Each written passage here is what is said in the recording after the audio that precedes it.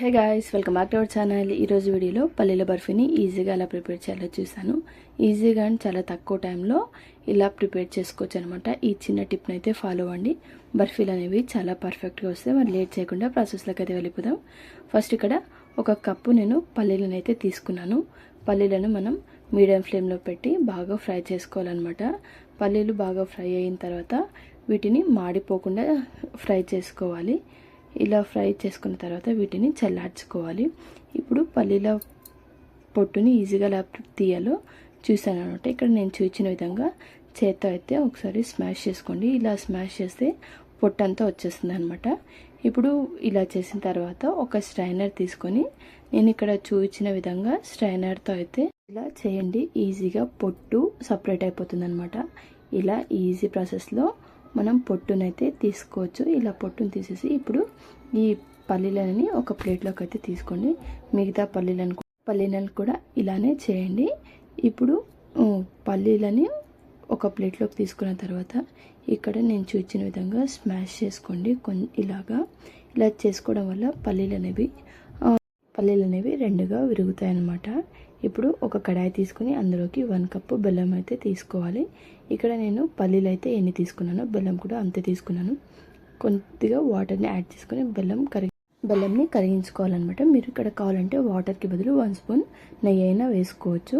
ఇలా బెల్లం మొత్తం బాగా కరిగిపోయిన తర్వాత ఇక్కడ పాకం వచ్చిందా లేదా అనేసి ఇలా టెస్ట్ చేయండి. వాటర్లోకి వేసిన తర్వాత బెల్లం అనేది గట్టి పడిపోతే పాకం అయినట్టు. ఇంకా పాకం కాలేదు కాబట్టి ఇంకొక 2 నుంచి 3 నిమిషాల పాటు పాకంని బాగా ఉడికించుకోవాలి.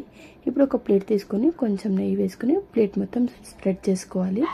ఎందుకంటే పల్లీల పాకంని మనం ప్లేట్లో వేసుకుంటాం కాబట్టి ఒక 3 నిమిషాల తర్వాత అయితే టెస్ట్ చేయండి ఇంకొకసారి పాకం అయిందో లేదో.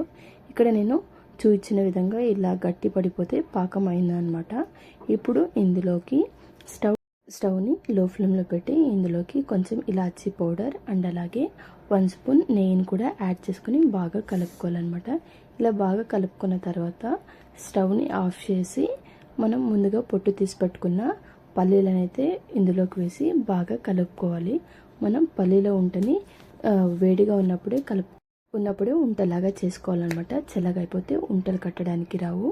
ఇలా బాగా కలుపుకున్న తర్వాత ఈ మిశ్రమాన్ని మొత్తం ఇప్పుడు ప్లేట్లోకి తీసుకొని ఒక కప్లో వాటర్ తీసుకొని చేతికి ఇలా వాటర్ని తడుపుకుంటూ ఉండల్లాగా చేసుకోవడమే అనమాట. ఎక్కువ ప్రెస్ చేయకండి, ఎందుకంటే బెల్లం వేడిగా ఉంటుంది కాబట్టి చేయి కాలే ఛాన్సెస్ ఉంటాయి.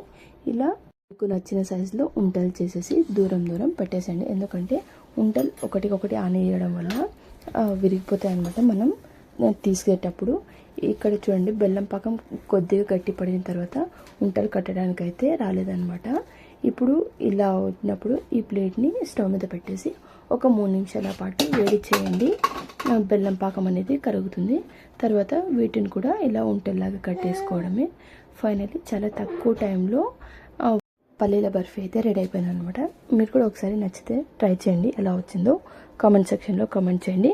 నెక్స్ట్ ఏ రెసిపీ చేయాలనేది కూడా కామెంట్ సెక్షన్లో కామెంట్ చేయండి. ఇంకా మన ఛానల్ని ఎవరైనా సబ్స్క్రైబ్ చేసుకోకపోతే వెళ్ళి సబ్స్క్రైబ్ చేసుకోండి. Thank you for watching.